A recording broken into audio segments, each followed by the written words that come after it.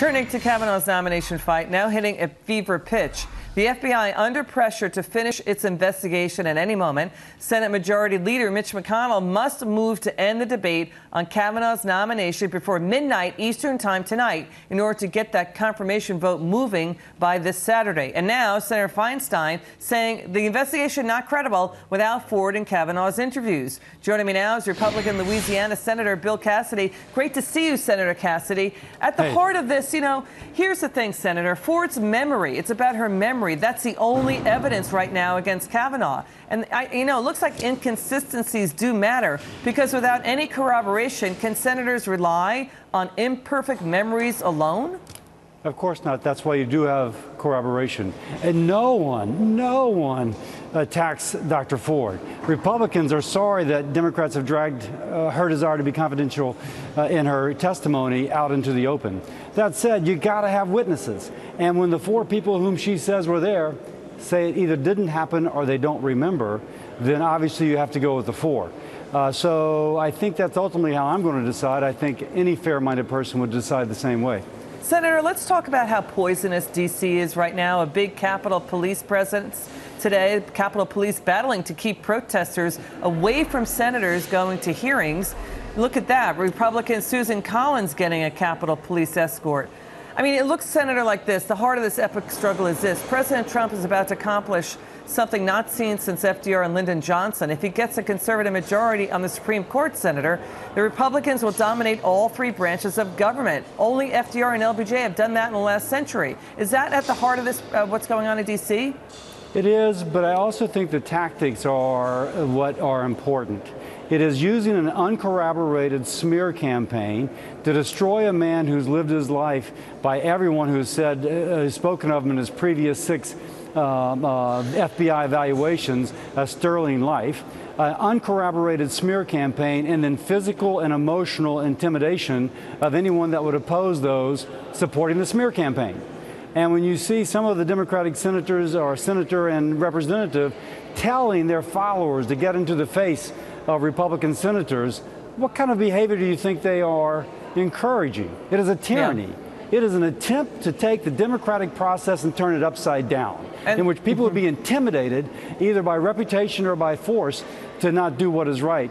I think it's wrong, and I'm obviously going to do what is right. The question is if voters seeing that the Democrats haven't been delivering on policy, and it looks like they're now trying to bait the president and his Senate colleagues into words and actions that would inflame their base enough to get up off the couch and vote in their midterms.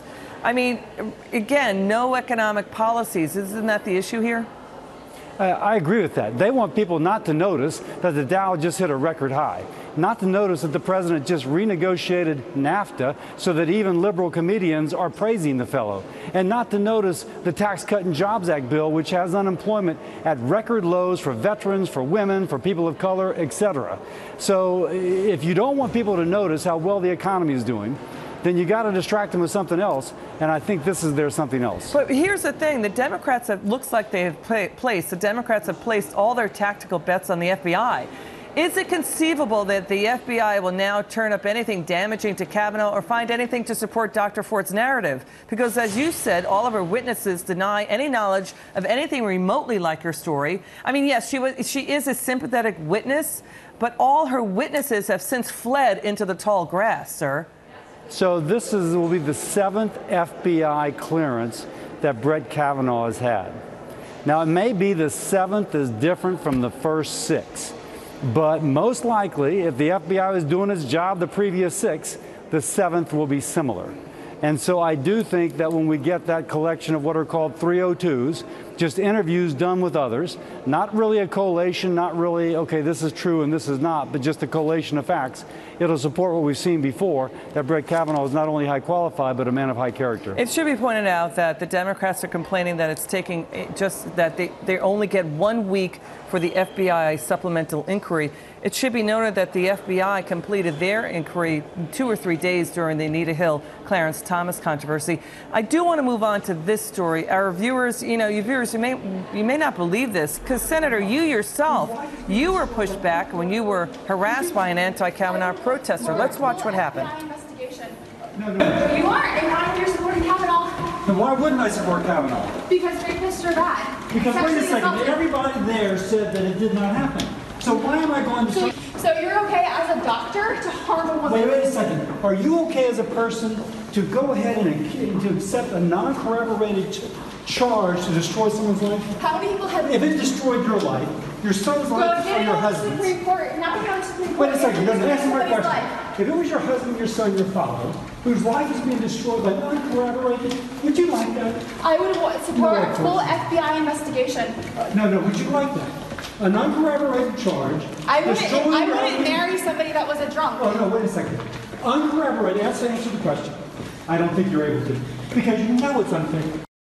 Sir, we're hearing that some of the seemingly organic protests are funded by George Soros groups and George Soros himself. Does that person come from a George Soros funded group? I've heard the same thing. I do not know that. But the fact is that we can, in our country, it is not fair to smear somebody, again, uncorroborated. In fact, everyone whom you claim was there said it didn't happen, and then damage that person's career. If this is allowed to happen, it will not be the last time. And I think this is a concerted effort on the part of the left to intimidate anyone who might be nominated in the future. It's not the first time they've done it. They did it with other Trump nominees. But how bad is it now, sir? Is it worse than ever? Best as I can tell, in my career in the Senate, which I'm in the 4th year, and I was in 6 years in the House, this is worse than ever. Okay. But it's important for us not to let it happen. Senator Cassidy, great to see you, sir. Good luck. Thank you.